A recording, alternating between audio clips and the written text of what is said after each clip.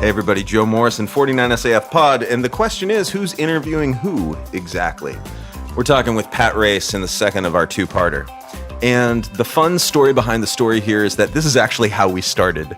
So if you listen back to part one of this two-part series, you hear Pat's origin story, appropriate terminology from comic books, right? You hear Pat's, how he became Alaska Robotics, how he built his business, how he found his co-founder, what he found valuable in a co-founder. But this is where we started, and we sort of just dove into economic development strategy, what kind of businesses are right for Alaska from his perspective. The perspective of 49SAF is that we need much more private sector activity across all aspects of Alaska businesses. And, you know, one of the neat things about talking with Pat is not only is he wonderful and kind and thoughtful, but you're talking to probably the smartest guy in the room. And I just really enjoyed this conversation so much. I do have some plugs. One, akangelconference.com. Look, if you're an entrepreneur, the bottom line is we are going to be making a sizable investment in one Alaska company. So go to akangelconference.com, find the link to apply as an entrepreneur. You will have to set up a profile on a third-party website. This is one of the most important things we can be doing for Alaska's entrepreneurial community. So please support it. Please get behind it. If you're an entrepreneur and you need capital to grow your business, apply.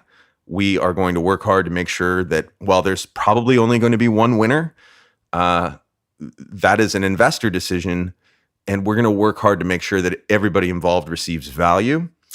Second thing is we do have a survey up. We're going to keep it up a couple more weeks because there's so much going on right now. But Facebook.com 49SAF, Twitter.com/49SAF, or 49SAF.com.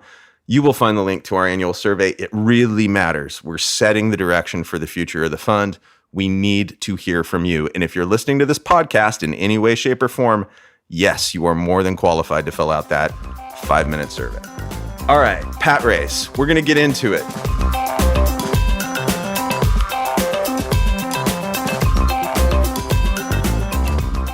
Friday night, you shut down Front Street. Does that mean you and other vendors shut down Front Street, or you personally shut down Front Street? No, it wasn't just like a guy with a beard out there, like waving people off with a shovel. It was, we had the Downtown Business Association coordinates a lot of the downtown businesses, and they go through the city and they get the street closed off. And then there's a whole bunch of vendors that set up, and all the stores are open and all the galleries are open. And it's kind of a tradition that we've had here as long as I can remember. Is people have just come out on the first Friday of December and visited all the galleries and had wine and picked up like Christmas shopping and just kind of, it's like a social event. It's like a big holiday mixer. Well, I have this theory that Juneau is more entrepreneurial by nature than most Alaska communities. What can you speak to that a little bit? And I know that there's a little bit of a transition here between, hey, we had a great First Friday event and Juneau being an entrepreneurial community. But I think the two are somewhat related because Juneau is such a community. Yeah, I guess I wouldn't say that we're more entrepreneurial than anyone else necessarily. I mean, I don't have any data on that, but we're a very tight-knit community. We're kind of hemmed in by the mountains here. And like a lot of small Alaskan communities, everyone's very supportive of each other. So we do have, a lot of small people start small businesses here, and they do well because they have the community support. So, there's some great stuff happening. We've got a social justice post office, and I'm able to run this comic shop art gallery, and there's a distillery that's new downtown, and a new brewery downtown, and we've just got a lot going on right now. It's really exciting. There's a gal that started a business that's doing composting, and she runs around and collects everyone's compost buckets once a week, and there's some good stuff happening. Spruce Root is actually a really interesting organization. If you're, I'm not sure if you're familiar with them, but they do a lot of kind of business incubation and focusing. Lately, they focused on a lot of like businesses that are tied to like food security and local grown stuff. Totally agree that Spruce Root is an amazing organization, and people can find out more about Spruce Root at spruceroot.org. Their annual business plan competition is an impact competition that focuses on double and triple bottom line businesses, and it's easily one of the best business plan competitions I've ever seen. Yeah, and they're a very new organization, but there's a lot of excitement about them, and I think they're gonna do a lot of good for Southeast. Totally. And I'm kind of weirdly like a Southeast fanboy. I've lived I know, right? I've lived in Ketchikan, and I've spent a summer in Ketchikan doing the tourist canoe guide thing when I was much, much younger. And I've been to Juneau a lot just in the course of business, and some of the angel fund work that we're doing this year is going to impact both Juneau and Fairbanks, thanks to Scott Bell in Fairbanks and Brian Holst in Juneau. So we're looking at doing some investment activity and bringing investors together in those communities. And when you say we, that's not just you, right? No, I mean, I guess it's, the angel fund is not really just me. The chap who's leading this effort is actually on our advisory committee. His name's Kevin Croy, and he's got Kevin and Scott and Brian are sort of the triumvirate trying to lead up angel groups in Anchorage, Juneau, and Fairbanks respectfully. And I think that's so these would be investors that want to support small businesses and get some kind of financial return out of it. Yeah, and we should talk about that a little bit. So for the record, I'll start with the plug. People can find that online. Give me a plug. There's the plug. The plug is it's online at akangelconference.com. And what an angel conference is, you would think it's like a bunch of people sitting around talking about angel investing.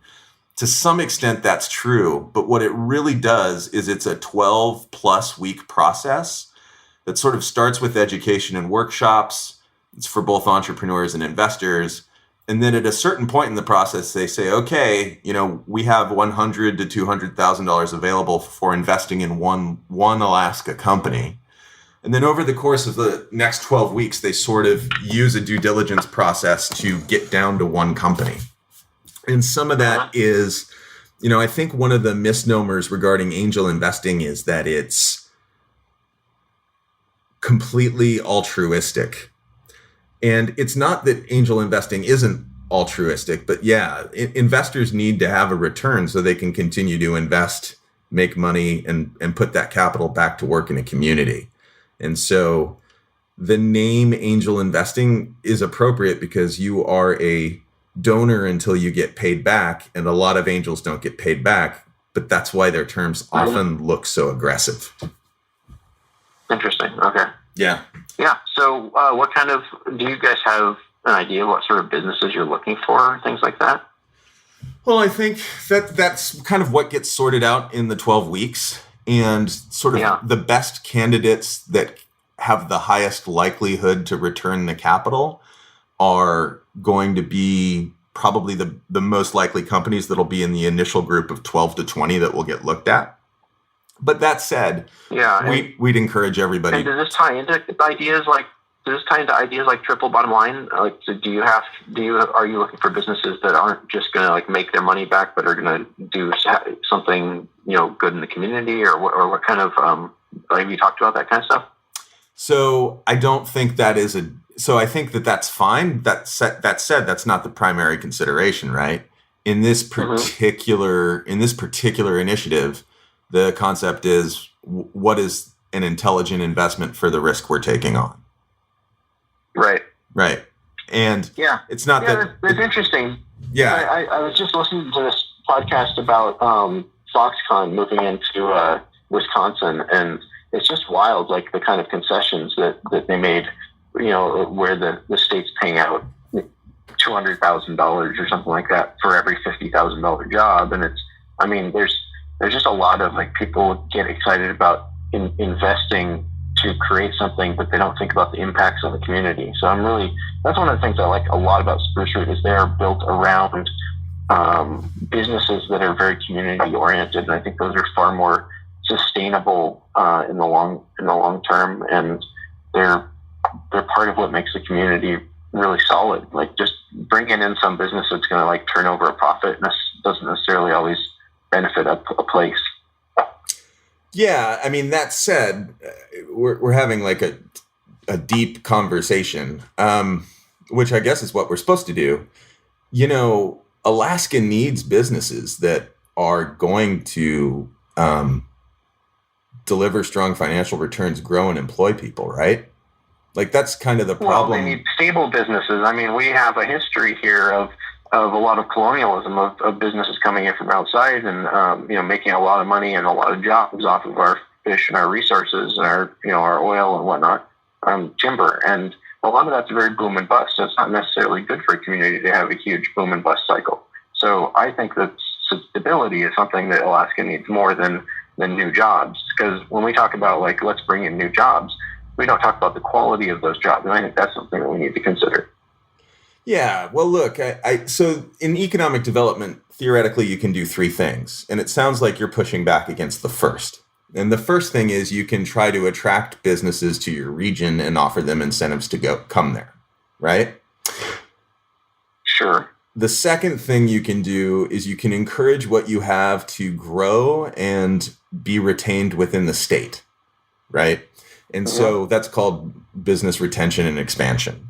And in economic development circles, it's become a little more attractive to focus on that than to focus on bringing in, as you put it, Foxconn to bring jobs to Wisconsin and to overpay for that, right? So that's the second line of thinking.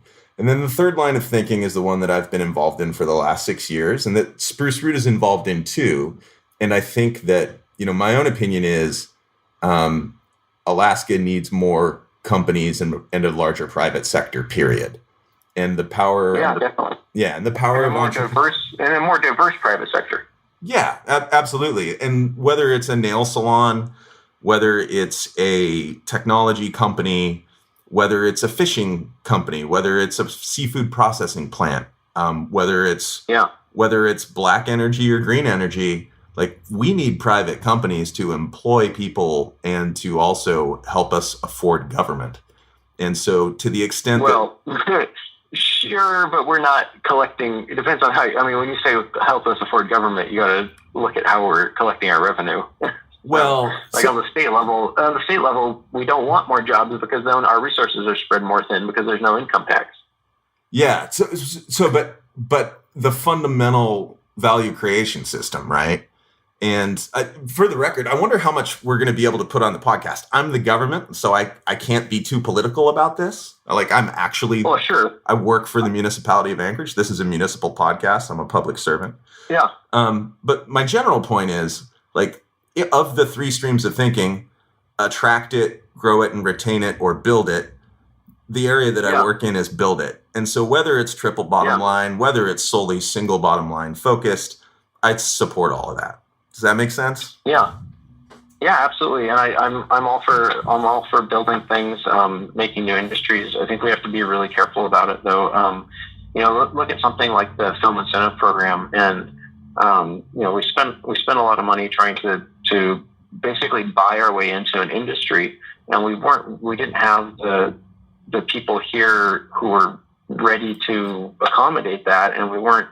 And it's also a very flighty industry that as soon as that incentive went away, all that business dried up. So, if we're going to bring in business or we're going to incentivize new business, we need to be doing it in a way that, looks ahead for the long term. So, I think that Alaska is really a great place for software development. I think that we could bring in people who want a quality of life, who want access to, I can step out my back door and be on a hiking trail in 5 minutes. And I think that that's a quality of life thing that Alaska can offer that a lot of other places can't.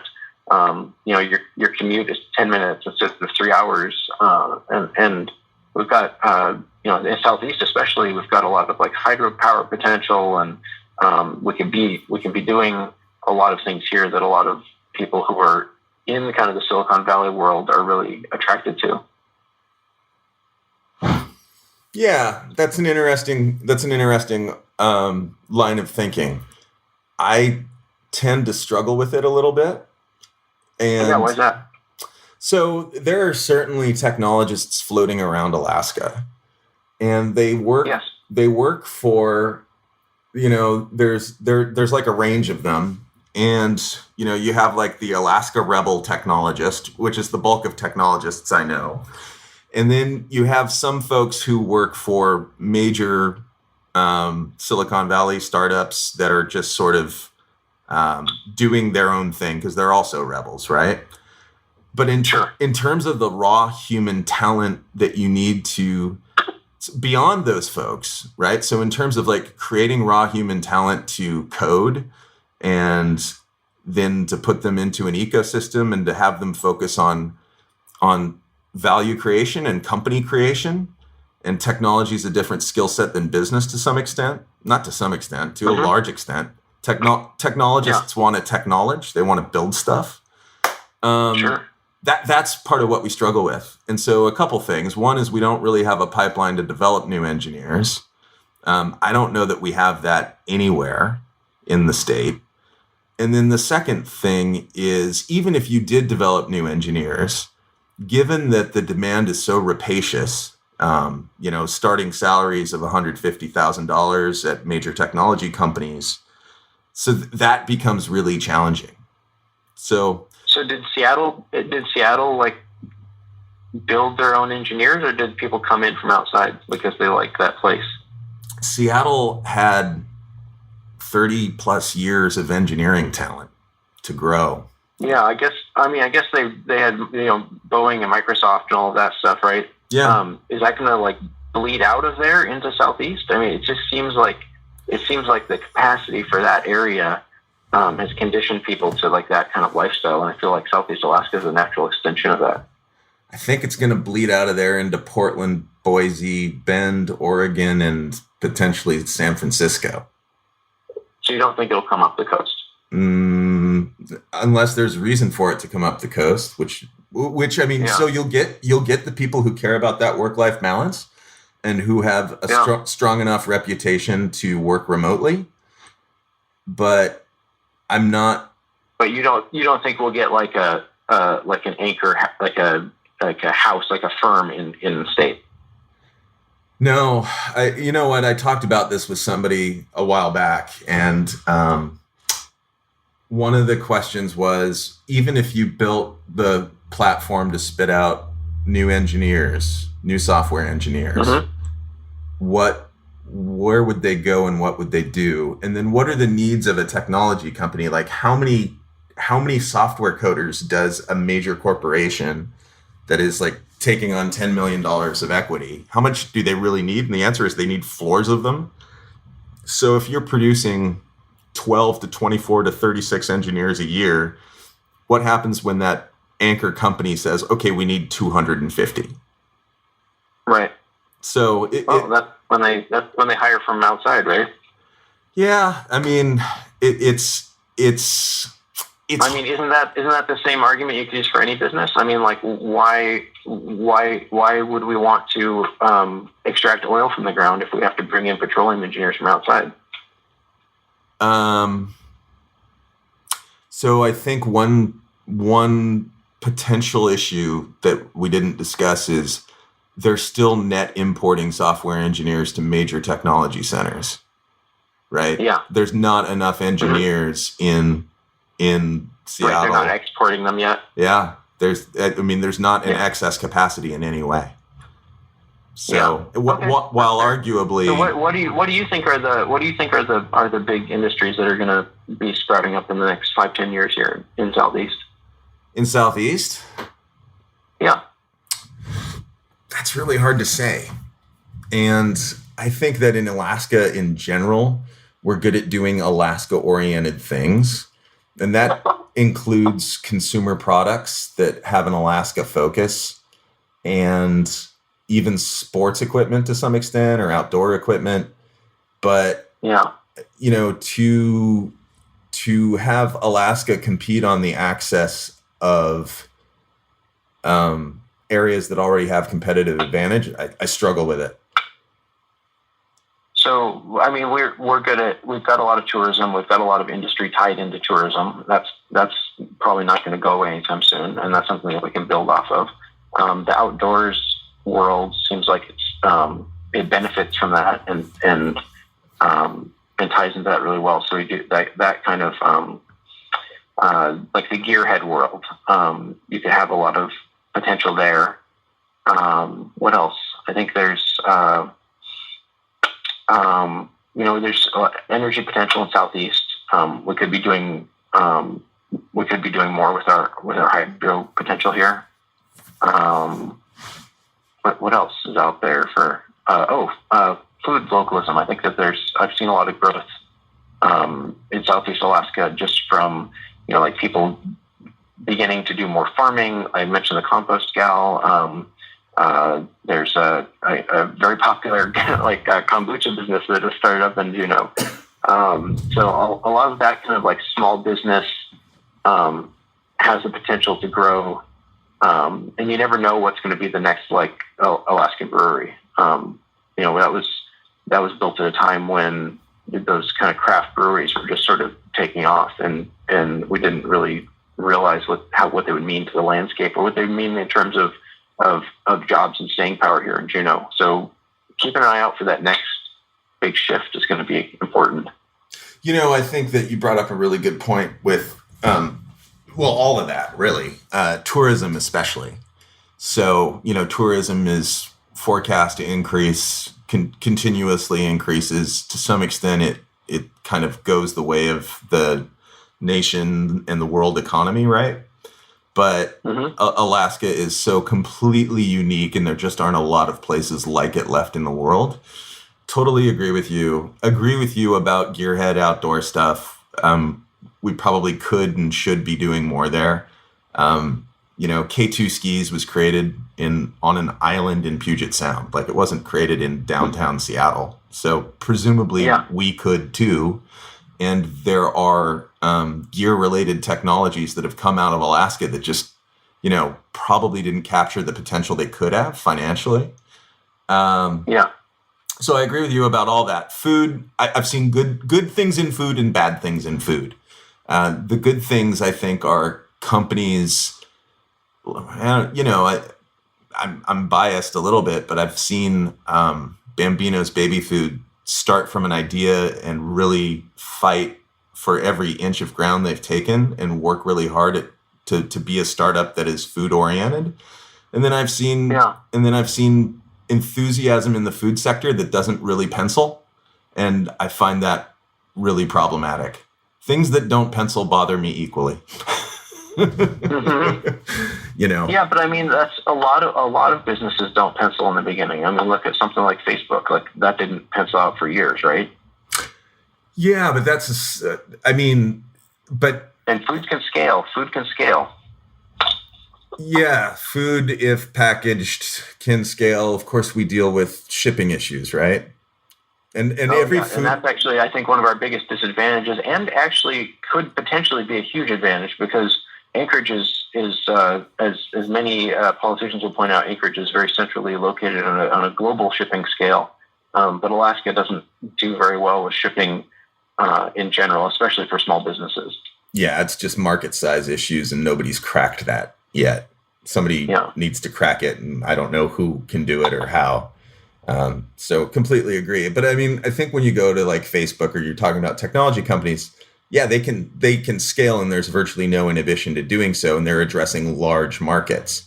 When we say, hey, we're going to build this kind of food company, and it's going to serve a small market, and we're struggling with whether it makes sense to begin with, that's misplaced enthusiasm from my perspective. Sure. The shipping thing is interesting to me. I wonder if, we talked about incentivizing business, and we talked about, like incentivizing industries and things like that. And I wonder if you couldn't just actually incentivize a lot of different kinds of manufacturing and small business by doing something broadly related to shipping rather than related to any particular segment of industry. So what I'm thinking is like, what if there was a way to offset some of the costs for small businesses in Alaska that are doing manufacturing and shipping rather than focusing on a specific industry? Yeah, and counterpoint is, what if that wasn't a governmental answer, right? What if that was a market-driven answer, either in a profit-driven or non-profit-driven model? Yeah, and you could do something. You could even have a nonprofit that works to kind of build those economies of scale and basically network those interests together that have shipping needs. Yeah, it takes a champion. For my business, it's really been hard to get comic books to Alaska, right? So, we use a drop shipper for our board games, and we use a drop shipper for a lot of big things. And they're based out of Seattle. If there was a nonprofit coalition of businesses that put together a drop shipping warehouse in Seattle or something like that wasn't so profit driven and was more about driving those profits back to the business members, that would be a thing that we could do for Alaskan businesses. Yeah, there's all these things in Alaska that can/should/will one day be done. The challenge is they need a champion or group of champions, and there are only so many of us to go around. Well, that's what ADC and JADC and all those development corporations are supposed to be for, right? No, I don't know. I think they're all different with different mandates and different goals. Sometimes, but man, we're going everywhere. We're going everywhere, Pat. It's so cool. I'm so excited we did this. Sorry. No, don't be sorry. I don't know how much of this I can actually put on because I can't be political and what we put on can't be too political. But I think we're having a reasonable discussion. Sure. If you want to, do you want to change gears and in a bit? You're welcome to just sort of take it back to where you're comfortable. No, but I'll try not to get too radical on you. No, you can get radical. I mean, it's an interesting podcast. Let's just be mindful of politics, right? Let's keep it. Well, I'm a political guy. I mean, my work is rooted in civics, and it's not. I'm not apolitical. I care about Alaska, and I have some strong opinions about what I think is right and wrong for our state, and that's part of my business model. And I don't shy away from that, and I can't turn that off because we're talking about policy. So I'm not saying anything about any particular party. I don't know what I've said that's too political for you, because I feel like we're just talking about like ideas of how we can build or change or work towards a better future for small businesses. So I don't know what's political about that. Oh, I'm just as a quasi bureaucrat, I'm mindful of it. Well, I guess I have said that this type of business is bad, but it's our state was built. Our statehood movement was built around extractive industries and pushing back against the interests from outside that were taking advantage of our nascent territory. So we had a lot of people up here know this history, but there was all these fish traps, and big businesses from outside in Seattle were taking our resources out without any respect for the long-term sustainability of those resources. Our fisheries were being over harvested, and the benefit wasn't staying here. And so a lot of the statehood movement was built around that frustration. So I think it's appropriate to talk about that in context of small businesses and business development. Well, congratulations on your stickers. They received a lot of accolades, and I certainly enjoyed them. Congratulations also on your calendars. Like I told you, I'm a fanboy, so I'm on 2 of 2 calendars now. Awesome. Yeah. I'm working on a new bear one. There should be a new bear one for 2020, and it'll have all new illustrations in it. I'm going to be sad to see the Bears go. We're going to Wales next year. And nice.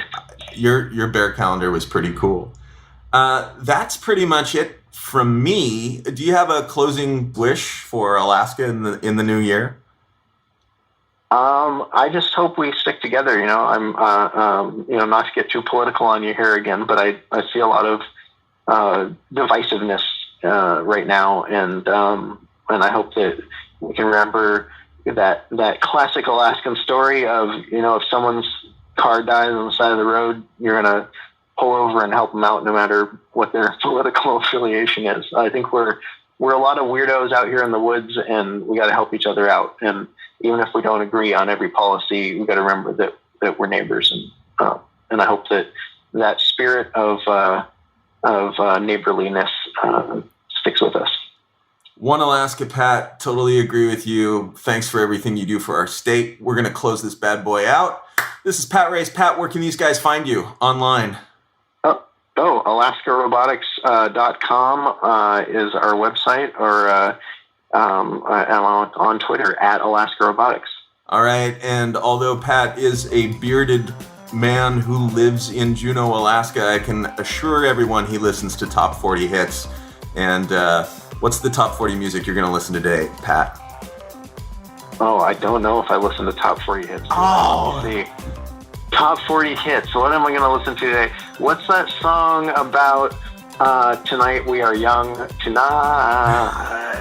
I think it was about 3 or 4 years ago, and it's fun. But we'll go with you're listening to Ariana Grande. Pat Race, everybody. Yeah. Joe Morrison. I do like Ariana Grande. Okay, let's listen to that. All right, take it easy. Thanks, Pat.